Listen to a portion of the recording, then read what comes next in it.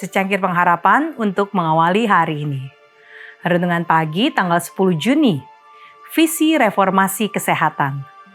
1 Korintus 6 ayat 19 berfirman, "Atau tidak tahukah kamu bahwa tubuhmu adalah bait Roh Kudus yang diam di dalam kamu? Roh Kudus yang kamu peroleh dari Allah." Beberapa hari yang lalu, kita mencatat bahwa kebenaran itu bersifat progresif dan bahwa Allah menuntun umatnya selangkah demi selangkah. Demikian pula halnya dengan reformasi kesehatan. Setelah langkah-langkah doktrin dan organisasi diterapkan, maka urusan pola hidup termasuk reformasi kesehatan menjadi tahap berikutnya dalam perkembangan Adventisme dan kebenaran masa kini. Pada tanggal 6 Juni 1863, hanya 15 hari setelah pembentukan Gereja Masehi Advent hari ke-7 General Conference, Ellen White mendapatkan penglihatan yang menjadi salah satu yang paling berpengaruh dalam seluruh pelayanannya. Kemudian pada hari itu dia menulis, yaitu, "Saya melihat bahwa sekarang kami," dia dan James, "harus secara khusus menjaga kesehatan yang telah Tuhan berikan kepada kami, karena pekerjaan kami belum selesai.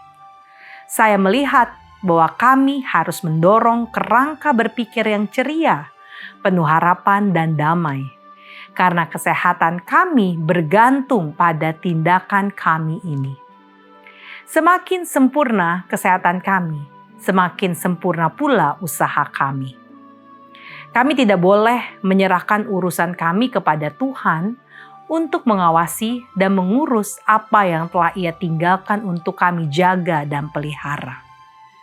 Tidaklah aman dan tidak menyenangkan Tuhan bila kami melanggar hukum kesehatan dan kemudian meminta Dia untuk menjaga kesehatan kami dan menjauhkan kami dari penyakit, sedangkan kami hidup bertentangan dengan doa-doa kami. Saya melihat bahwa merupakan tugas suci untuk menjaga kesehatan kami dan menganjurkan orang lain untuk melaksanakan tugas mereka.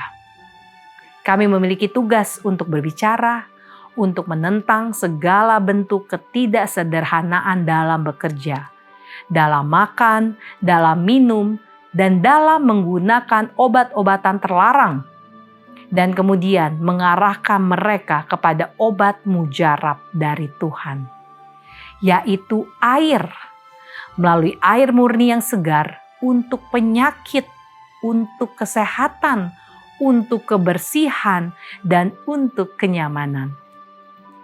Meskipun ini merupakan nasihat pribadi bagi James dan Ellen, nasihat ini juga berlaku bagi gereja secara umum.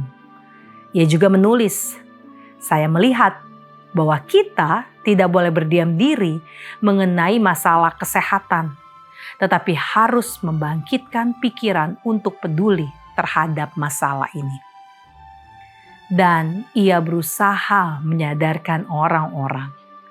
Sejak saat itu, pelayanannya dalam menulis difokuskan pada kebutuhan dan tugas untuk menjaga kesehatan dan bagaimana melakukannya. Dan itu tidak terjadi secara cepat.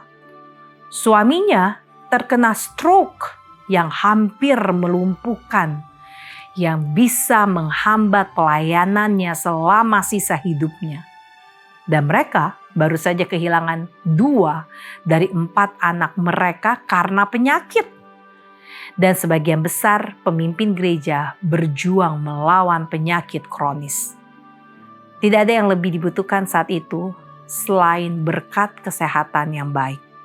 Dan itu terus berlaku sampai sekarang.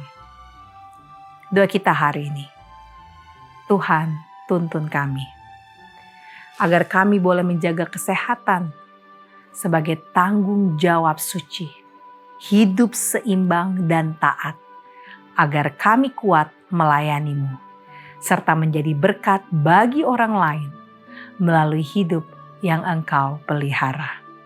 Amin.